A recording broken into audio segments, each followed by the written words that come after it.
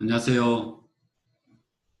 저는 영남대 환경공학과 정진영 교수라고 합니다. 카이스트 학생 여러분 반갑습니다. 오늘 이 시간에는 상당히 재미있는 주제를 말씀드리겠는데요. 하수 처리장을 에너지 생산 공장으로 만들 수 있을까요? 여기에 대해서 제가 20년 정도 연구한 내용들 중에 일부를 여러분들께 말씀드리겠는데요. 너무 학술적이고 또 전문적인 내용은 조금 빼고 여러분들이 쉽게 이해할 수 있는 수준으로 강의 자료를 한번 만들어 봤습니다. 제 강의를 들으시고 궁금한 내용이나 질문 있으시면 또 의견이 있으시면 제 사무실 전화번호나 휴대폰 그리고 이메일로 연락을 주시면 친절하게 답변을 드리겠습니다. 여러분께 먼저 말씀드릴 것은 하수 처리의 미래 전망이 어떻게 될까요? 먼저 하수 처리장, 하수는 우리가 영어로 sewage라고 하는데요. 또 어떤 책에서는 sewage라고 하지 말자 used water, 사용한 물이다 이렇게 또 얘기를 하기도 합니다. 그리고 하수 처리장은 옛날에는 하수 처리장으로 불렀죠. sewage treatment plant라고 했지만 요즘은 물 제이용 플랜트, water reclamation plant 이렇게라도 불려지고요.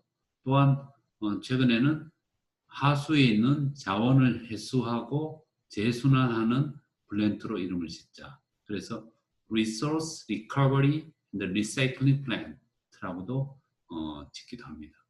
물속에 있는 유용한 질소인과 같은 자원, 또 물 자체가 또 소중한 자원이죠. 그렇게 해서 하는 것도 있고요. 최근에 제가 주장하는 것입니다. 하수처리장을 전력 생산 플랜트로 만들 수 있다. 이렇게 주장하고 있습니다. 우리가 하수 처리하는 목적이 뭐죠? 하수는 우리가 사용한 물로서 유기물이 많이 있고 이 유기물이 적절히 처리되지 않으면 병원균이 잘 자라서 우리가 건물을 섭취하면 죽게 됩니다. 그래서 먼저 70년대까지는 유기물 제거에 상당히 집중했고요. 시간이 지나면서 70년대 이후에는 유기물 제거함에도 불구하고 따뜻한 지역에서 질소 인후로 인해서 부영양화가 일어나고 조류가 성장을 보면서 질소인 제거에 집중했습니다. 그리고 지금은 중금속이라든지 미량 오염물질, 의약물질이라든지 기타 사람들이 만든 화학물질 제거하는 메커니즘 이런 것을 밝히고 있습니다.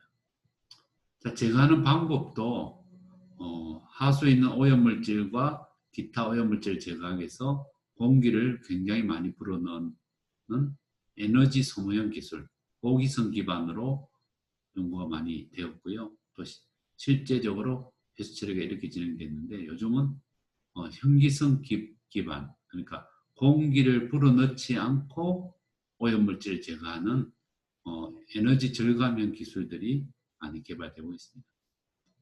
그리고 하수 처리장의 개념도 수질 보존을 위한 처리 기준을 만족하는 그런 기술에 집중되다가 최근에는 이제 물을 배수해서 재사용하는 거죠. 미국 같은 데 가면 골프장에 물을 준다든지 또 밤에 여러분들 캘리포니아라든지 그다음에 올랜도라든지 이런 데 가보시면 낮에 물을 주지 않고 밤에 잔디에 물을 줍니다. 낮에 주면 물이 정발산이 많아서 밤에 주면 물을 훨씬 더 효율적으로 주기 때문이죠.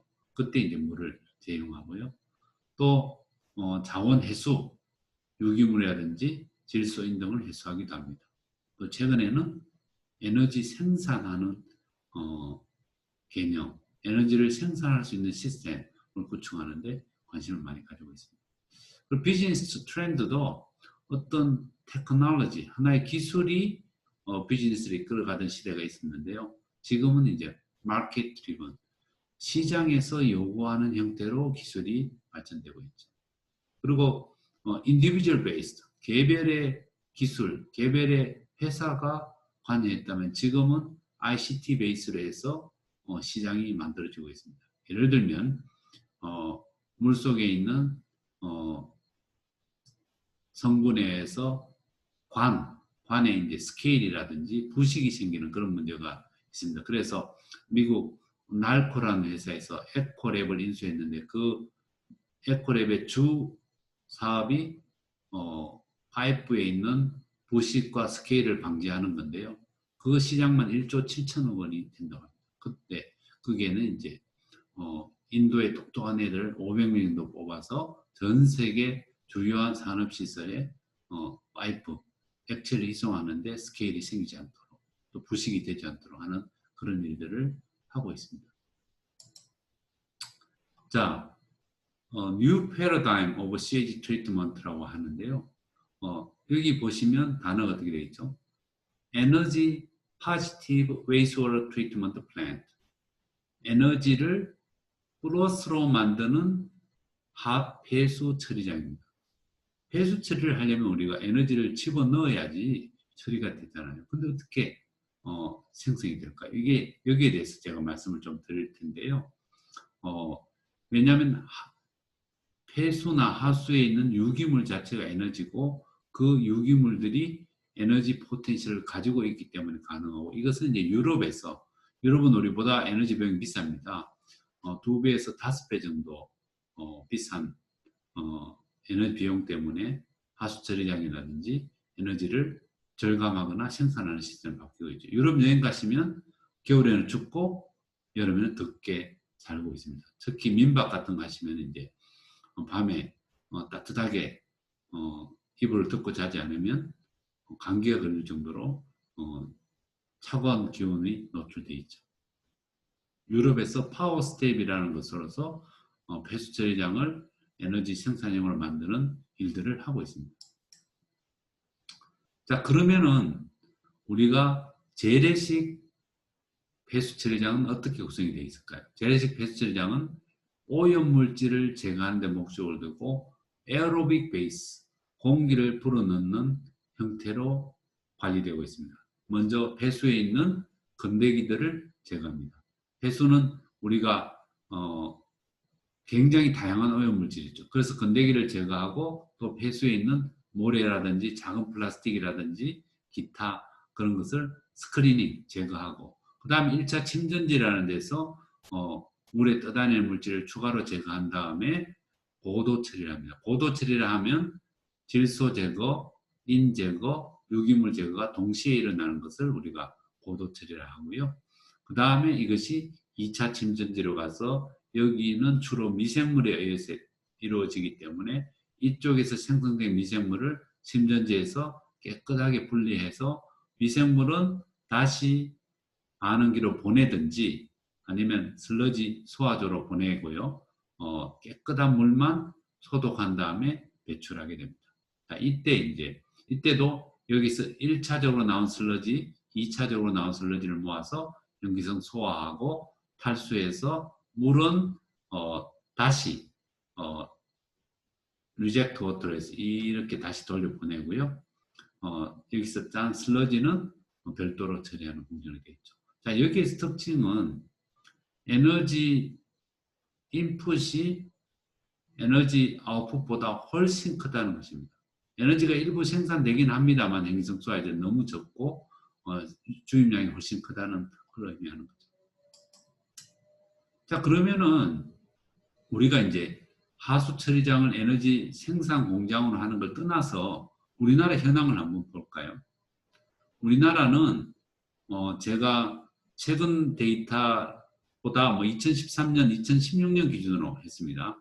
500톤 이상의 하수 처리장이 568개였는데 634개로 좀 늘었고요.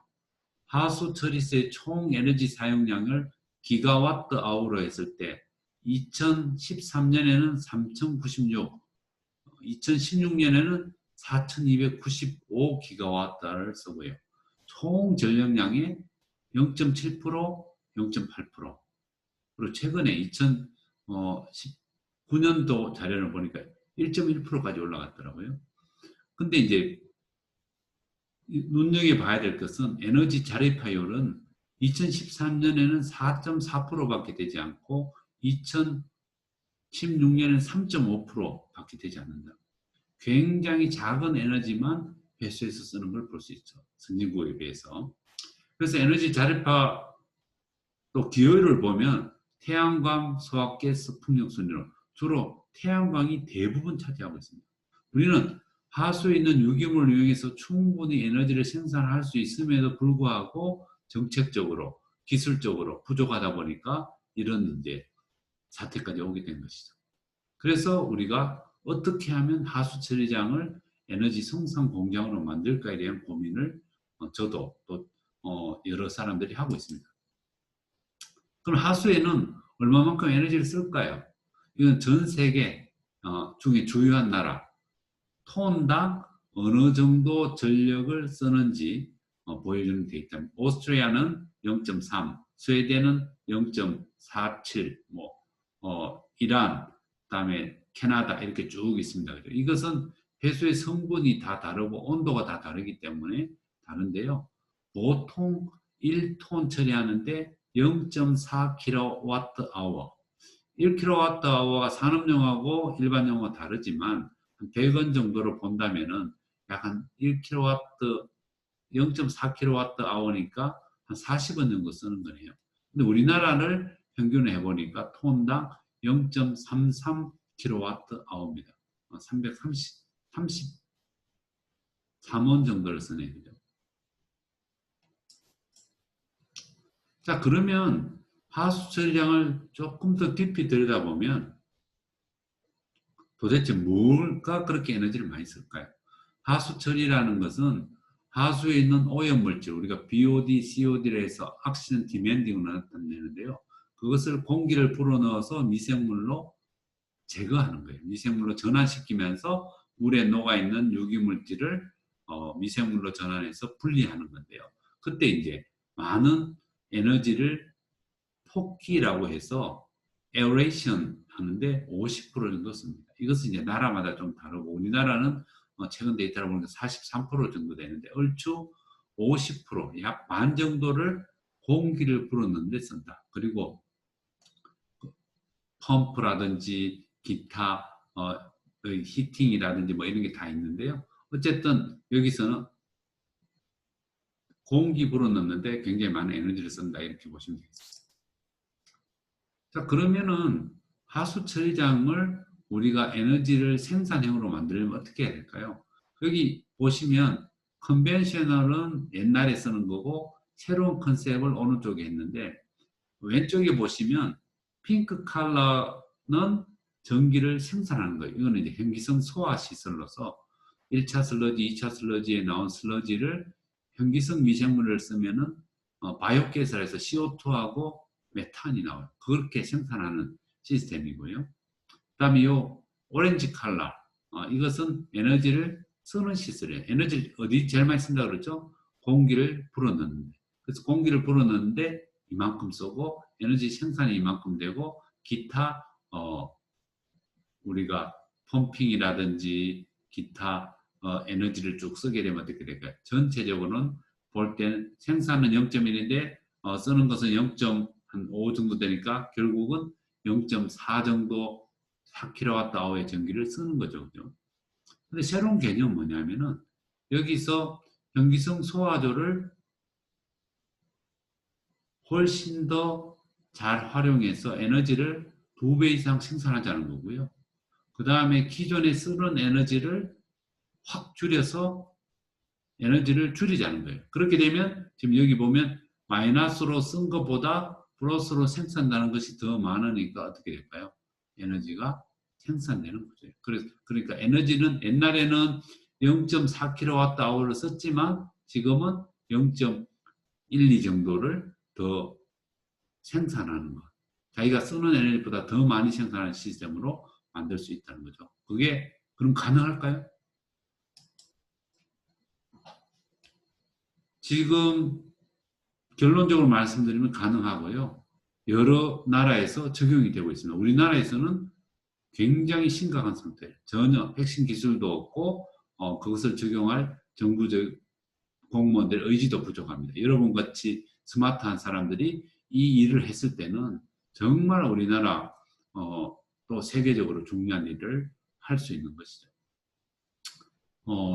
이것은 이제 전 세계적인 모델 중에 에너지 리커버리 with low energy consumption, 에너지를 적게 쓰면서 에너지를 리커버리하는 시스템으로서 AB 프로세스라고 그러는데요. 여기서 이제 A는 카본 캡처 프로세스고 B는 나이트로젠 리무벌 프로세스인데 with anaerobic co-digestion 여기 이제 C예요.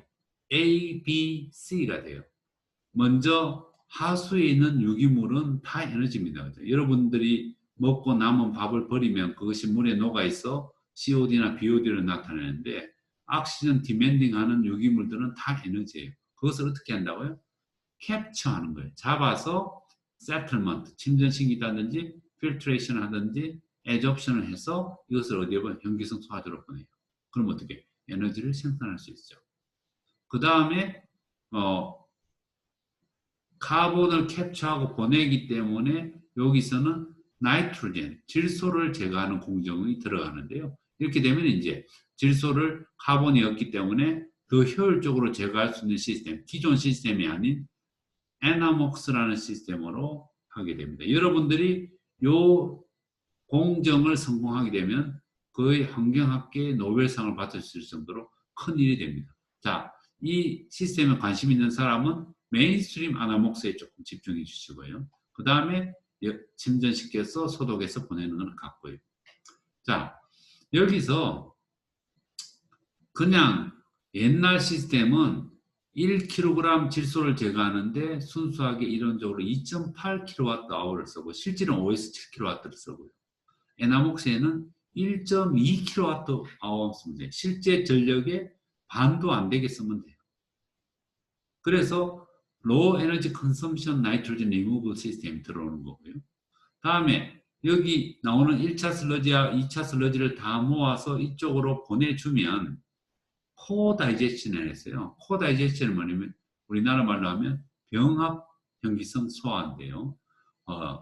우리가 추가의 유기물 배수를 이쪽으로 폐기물을 이쪽으로 넣고 기존에 1차, 2차 슬러지를 집어넣으면 가스가 엄청나게 나요. 특히 유통기한이 지난 음식물이라든지 돼지나 소를 잡을 때 지방, 그다음에 내장 뭐 이런 것을 이쪽에 집어넣으면 엄청난 양의 에너지가 생성되게 됩니다.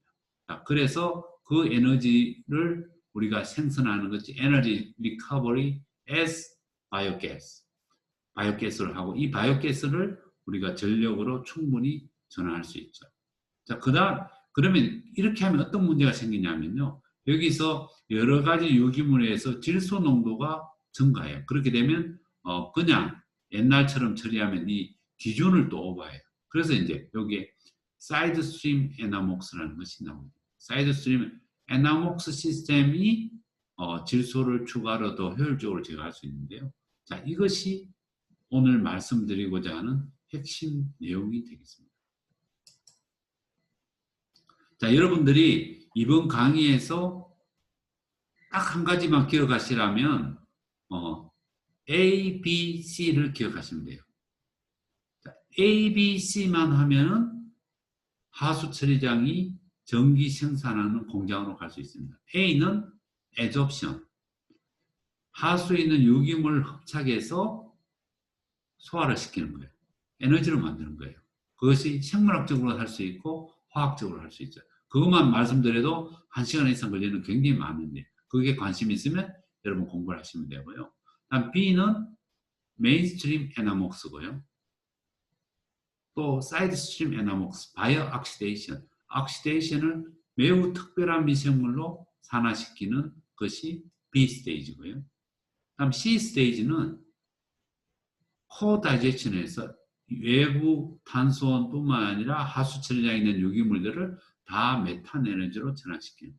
요거만 하면 하수 처리장을 에너지 생산 공장으로 만들 수 있습니다. 그래서 우리는 이것을 adsorption, biooxidation, co-digestion에서 이걸 ABC 프로세스라고 해요. 자, 그러면 이게 우리가 하수 처리장을 경제성 평가를 해볼 때 PE는 여기 퍼스널 이퀴벌런트예요. 우리나라는 뭐 하루에 몇천 톤, 몇만 톤 처리한다고 이렇게 하지만 유럽에는 퍼스널 이퀴벌런트 몇 사람의 폐수를 처리하느냐. 예를 들어서 요거는 이제 EK는 2,000명 미만의 사람을 처리할 때 하루에 1kg COD 제거하는데 4kWh 써요. 근데 이게 10만 명 이상 처리를 하면은 하루에 쓰는 것이 1kg가 안 돼요. 자, 이거를 우리가 에너지 파지티브하게 만들면 된다. 이것이 이제 우리 제가 말씀드린 컨셉인데요. 우리나라는 굉장히 특이한 나라예요. 우리가 600개가 넘는 500톤 이상의 하수 처리장이 있는데 14개만 쭉 이렇게 더하면요. 서남 하수 처리장에 148만 톤, 중랑이 123만 톤 쭉 해서 14개만 더하면 우리나라 총 폐수량이 2,500만 톤 되는데 그중에 43%를 차지해요.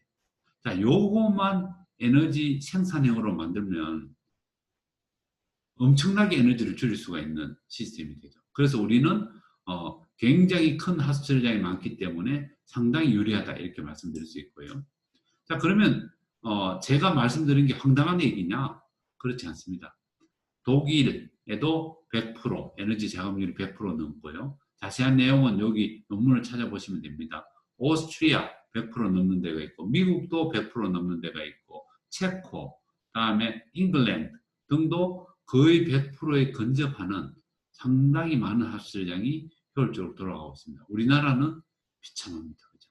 3.5% 전체적으로. 물론 대구시 같은 데는 한 30% 되는 데도 있습니다만 우리는 상당히 기술적으로 그런 면에서는 후진국이라 할 수가 있습니다. 전반적인 환경 기술 수준은 좋은 편이지만 에너지를 생산하는 것, 오염물질을 제거하면서 에너지를 생산하는 것은 상당히 미진하다 이렇게 말씀드릴 수가 있습니다. 자, 제가 직접 가본 데예요. 오스트리아 스트라스 하수처리장.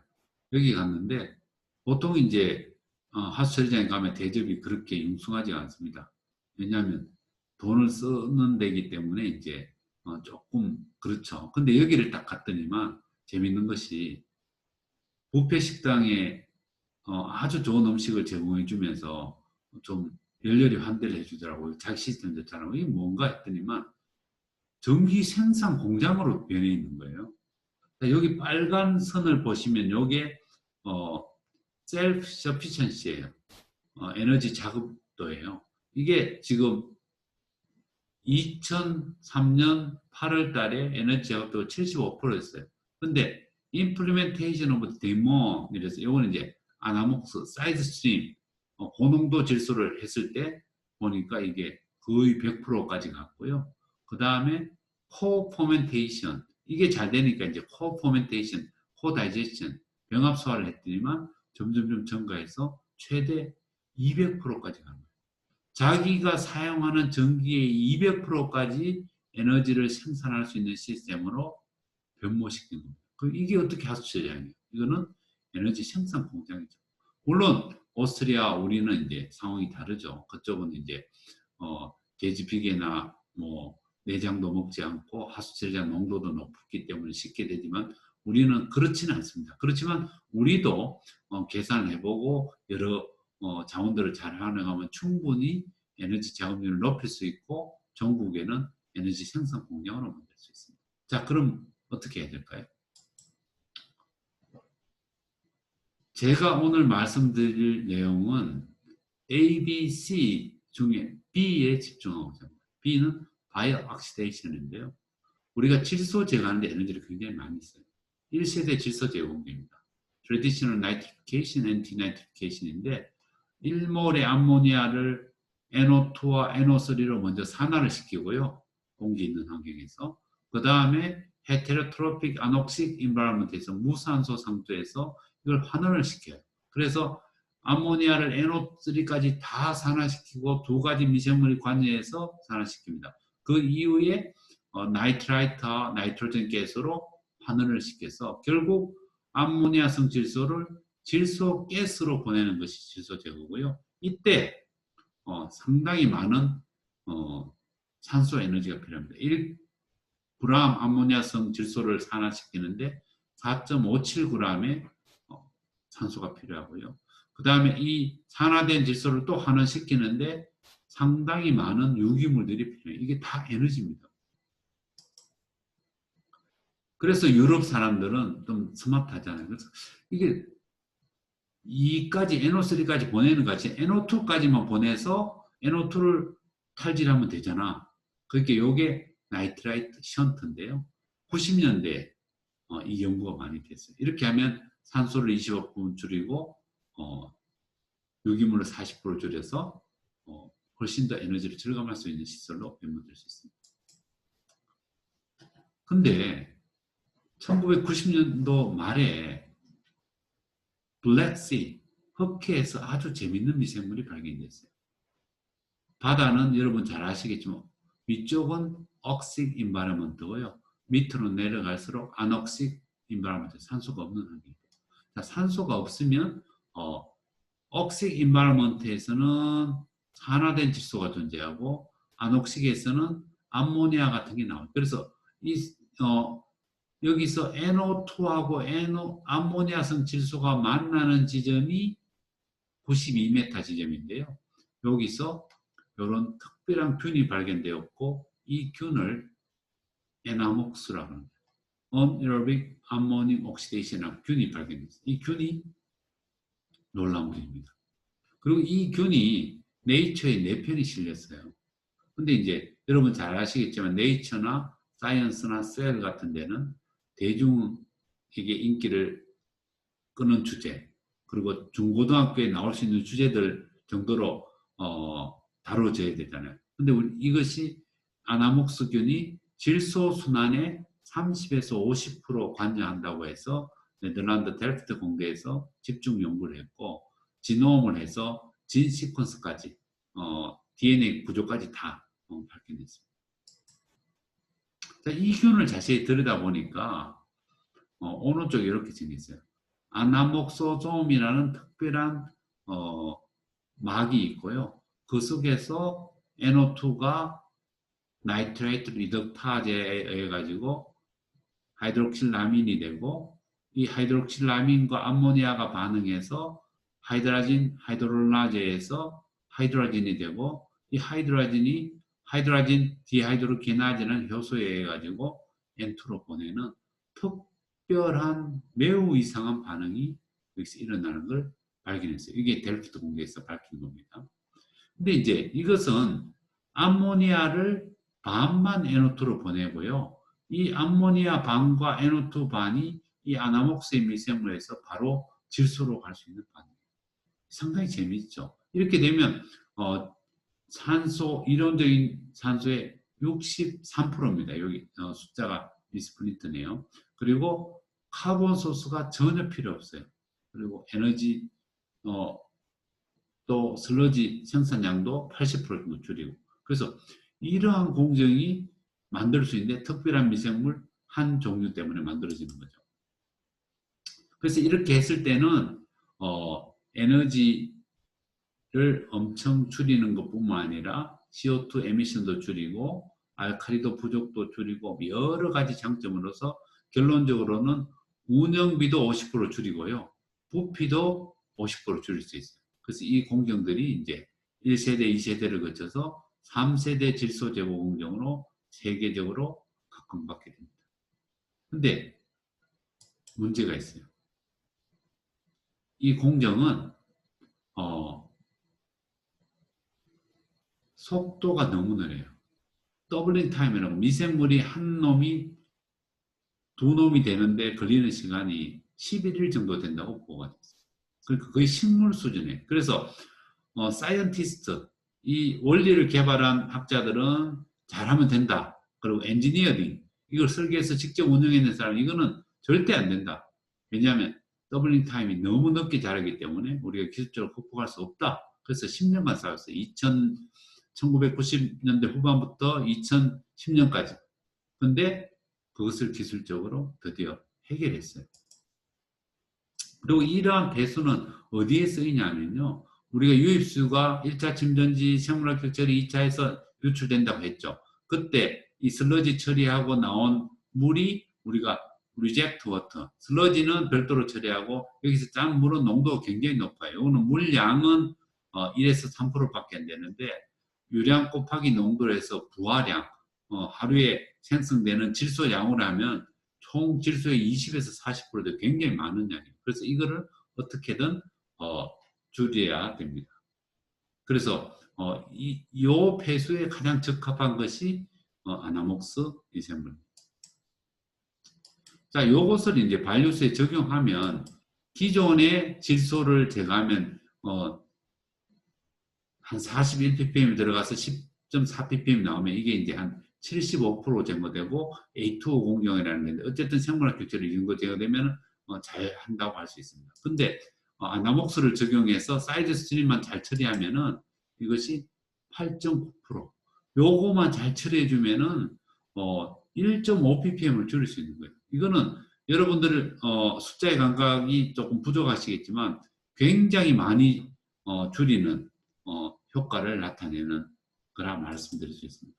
이것이 이제 유럽을 중심으로 그리고 차이나도 열심히 하고 있고 최근에는 이제 미국도 열심히 연구를 하고 있습니다. 그래서 2015년 기준으로 113개가 상용화되었고 지금은 아마 200개가 넘는 것 같아요. 2016년 기준으로 160개가 넘었거든요. 이 기술을 쭉 살펴보니까 작은 그래뉼을 쓴 것, 큰 그래뉼, 다음에 어떤 담체 부천 이런 것들이 이제 되는데 지금 앞에 있는 이 기술이 세계적으로 가장 많이 적용되어 있고요. 최근에는 비올리아라는 데서 담체에 붙여서 하는 이것도 지금 활발히 상용화돼서 서로 두 기술이 경쟁하고 있는 추세입니다. 저는 스몰 플루켄트에 꽂혀서 이쪽으로 연구를 많이 했습니다. 물론 이제 이쪽도 연구를 하고 있고 그리고 이것은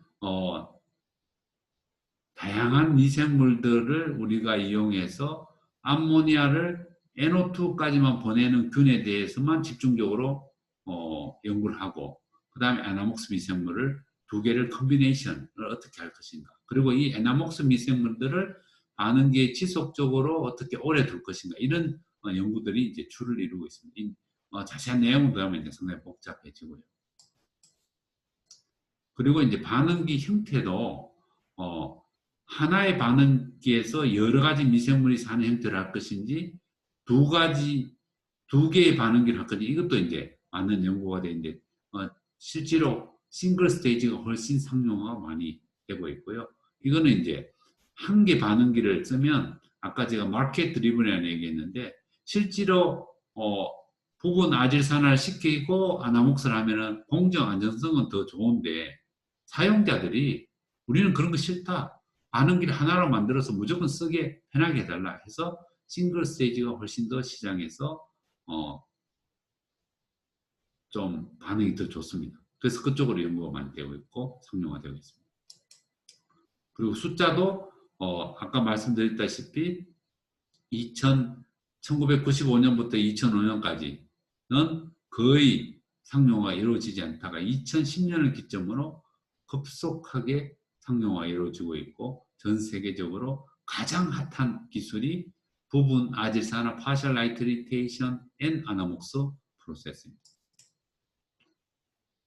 미국 버지니아의 역 리버 웨이스워 트리트먼트에서 아나목스를 적용해가지고 Environmental Sustainability 지속 가능성이 있는 것으로 상을 받게 됐습니다. 미국이 변하면 우리나라도 바뀝니다. 그렇죠? 그리고 부산에서 관심을 갖어서 제일 먼저 상용하려고 지금 노력하고 있습니다. 제가 특강하고 또 많은 공무원과 기업체 관계자들이 오는 것을 보여드립니다.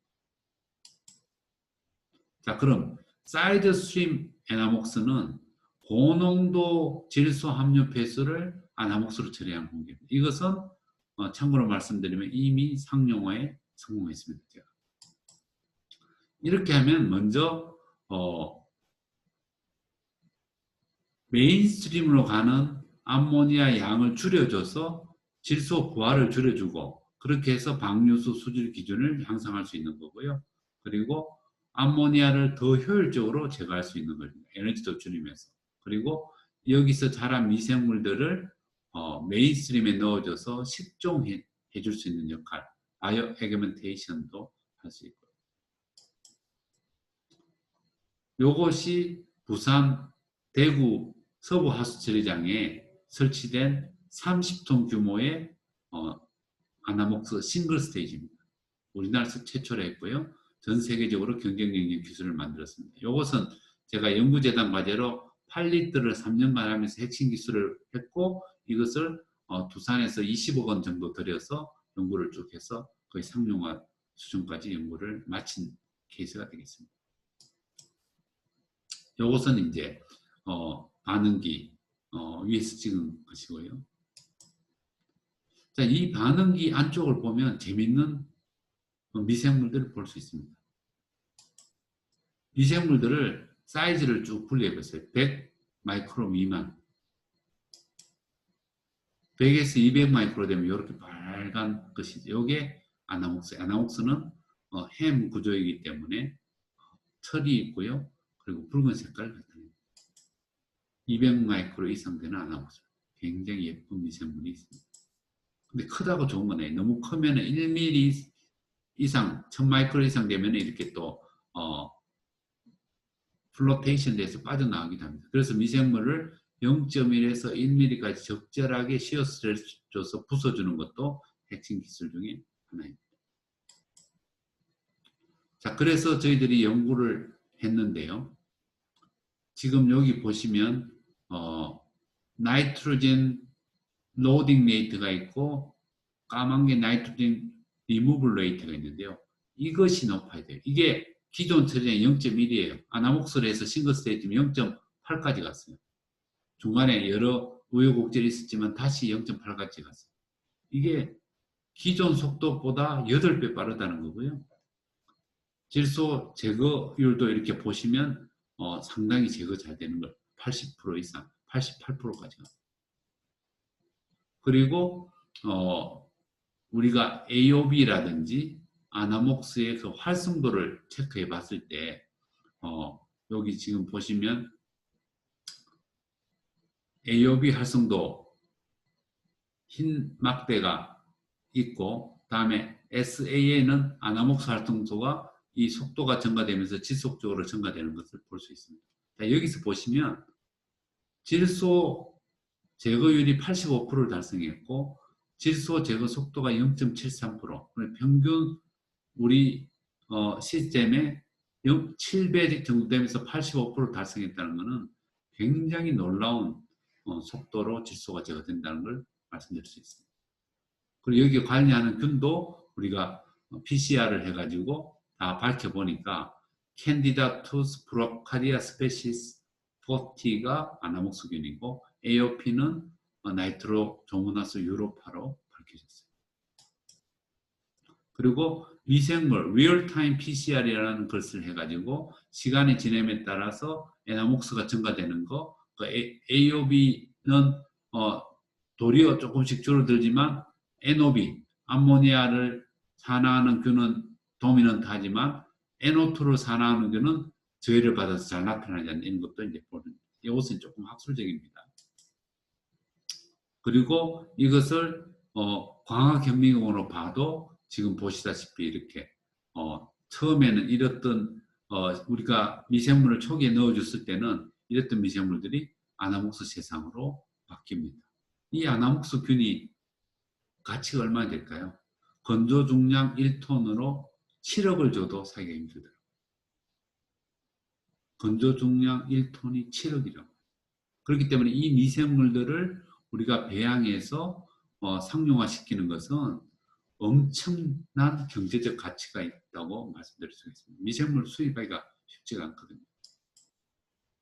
그리고 우리가 온라인 모니터링에서 pH라든지 암모니아성 질소, 다음에 디졸브드 옥시전, ORP 이런 것도 다 모니터링했던 결과고요. 그리고 이제 메인스트림 아나목스로 넘어갑니다. 사이드 스트림은 고농도 질소를 효율적으로 운전을 잘할 수 있는 것은 저희들이 핵심 기술을 확보했어요. 메인스트림은 뭐냐면은 원래 하수예요. 원래 하수는 질소 농도 낮고 여름에는 온도가 올라가고 겨울에는 온도가 떨어지죠. 그래서 유입수의 질소 농도가 낮으면 AOB와 NOB가 있으면 AOB를 선택적으로 배양하기가 아주 힘들어져요. 이것이 지금 여러분 같이 스마트한 분들이 도전해야 될 기술이고요. 이것이 되면은 정말 환경 분야의 가장 위대한 상을 받아도 부족함이 없다 할 정도입니다. 이것을 저농도에서 저온에서 어떻게 할 것인가. 이것이 이제 또 겨울철에 온도가 낮잖아요. 제가 지난 11월 11일 날 환경공학과에서 영광 학술 우수상을 받았어요. 영광이라는 건 두산 재단에서 만든 재단인데 1,000만 원을 받고 우리나라에서 그 9,000명 정도 회원 되는 환경공학회 회원 중에 3명만 받는데 제가 그 안에 들었는데 이게 이제 사이드 스트림 아나목스 결과를 좋은 논문을 실었기 때문인데요. 여러분들처럼 스마트한 사람들이 메인스트림에서 이 AOB와 NOB를 활성도를 마음대로 컨트롤할 수 있다. 그러면 아마 대박이 날 거라고 생각이 됩니다. 그래서 이제 이것을 기술적으로 해결하기 위해서 NOB만 잘 못 자라게 하고 AOB를 잘 자라게 하기 위해서 슬러지가 반응기에 머무는 거, 다음에 DO 농도라든지 잔류 암모니아를 조절한다든지 공기를 불어넣었다 말았다는 다양한 기술들을 써서 과학적으로 접근하고 있지만 여전히 세계적으로 명확히 문제를 못 풀고 있는 상태입니다. 그래서 영남대에서는 많은 세계적인 과학자들과 또 여러분 같이 스마트한 사람들과 에너지 자립형 또는 에너지 생산형 하수 처리 시스템 구축에 박차를 가하고 싶어요. 그래서 하수에서 에너지를 유발하는 물질을 코아귤레이션이나 바이오 에접션을 흡착하는 기술 제 동료가 하고 있고요. 그 다음 메인스트림에서 아나목스를 하는 것, 그 다음에 코다이제션도 우리 신앙식 교수님부터 해서 또 여러분 졸업생 중에 굉장히 잘하는 분들이 많습니다. 연세대학교 또 인하대학교 한국해양대학에 있는 교수님들이 하고 있는데 거기와 협력을 할 겁니다. 그렇게 되면은 저는 이제 아나목스에 집중하고 다른 동료들의 합쳐서 큰 프로젝트가 되면은 에너지 생산형 시스템으로 구축될 수가 있습니다. 그리고 이것은 기존에 있는 시스템을 다 부수고 할 수 없잖아요. 기존에는 큰 하수처리장, 우리나라 14개 하수처리장은 대부분 A2O 공용으로 되어 있습니다. 이것을 밑에처럼 모디피케이션 하는 겁니다. 1차 침전지를 코아귤레이션 시스템으로 만들고 다음에 A2O 혐기 무산소 옥식을 에어로빅 아녹식 에어로빅으로 만들어서 에너지 생산형 시스템. 물론 이제 이것은 에너지를 기존보다 반으로 줄이는 시스템이 되겠죠. 이것을 만드는 것입니다. 자, 이렇게 하면은 포기 에너지를 50%까지 절감할 수 있고요. 1kg 아모니아 질소 제거하는데 2.8kW 쓰는 걸 1.2kg까지 줄일 수 있고 유입 유기탄소원을 에너지로 전환하고 탈질소하는데 유기물이 불필요하고 슬러지 발생량도 저감이 되고 하수처리장 에너지 자립에 크게 기여할 수 있는 기술이 됩니다. 그리고 주공정은 다행스럽게도 세계적으로 적용 사례가 많지 않고 지금 활발하게 연구 중입니다. 그리고 저온에서 아나목수균을 활성을 유지하는 방안도 또 연구 중이고요. 그리고 저농도 암모니아성 질소에서 또 저온에서 안정적인 아질산화 조건을 유지하는 것이 굉장히 어려웁니다. 저희도 환경부 과제를 지금 하고 있습니다. 실험실에서는 성공했는데 현장에서는 아직도 잘 안 돼요. 그래서 여러분 같은 스마트한 사람들이 같이 합류해서 연구할 수 있는 그런 연구 환경이 조성되었으면 하는 바람입니다. 자, 결론을 말씀드리겠습니다. 하수 처리장 에너지 작업률을 향상하기 위해서는 변기성 소화조를 효율을 개선하고 정설해야 되고요. 다음에 에너지 절감형 사이드 스트림 질소제 용량 제가 개발하고 또 부광테크라는 우리나라 회사도 개발했는데 그런 기술들이 활발히 보급돼야 됩니다. 제가 공무원들 또 환경공단 사람들 설득하고 있고요. 에너지 생산형 시스템 구축을 위해서는 유럽의 파워스텝처럼 에너지 파지티브 하수처리 대형 사업을 추진할 필요가 있고요. 다음에 하수처리장 변기성 병합 소화 정책을 적극적으로 추진해야 되고요. 다음에 하수 내 유기물을 회수하고 에너지로 전환하는 기술을 개발한 것 더불어 에너지 절감형 주공정 질소제어 공정을 개발하고 보급해야 됩니다. 이걸 누가 해야 될까요? 저도 하지만 여러분들처럼 꿈과 비전을 가진 사람들이 하면은 할 수 있다고 저는 자신하고 있습니다. 그리고 여러분들이 관심 있으면 현장 시설, 국가물산업 클러스터라는 굉장히 좋은 시설에서 운영되고 있는 그 시설들을 제가 보여드리고 싶습니다. 이상으로 발표를 마치겠습니다. 이것이 저희 연구실이고요. 굉장히 깨끗하고 안전하게 보존되고 있고 이것이 빨갛게 보이는 것이 아나목스 미생물. 이것은 메인스트림 GS건설의 후원을 받아서 했던 테스트고요. 우리 사랑하는 학생들입니다. 여러분 꿈을 가지시고 하수 처리장을 에너지 생산 공장으로 만드는데 동참해 주실 것을 부탁드립니다. 감사합니다.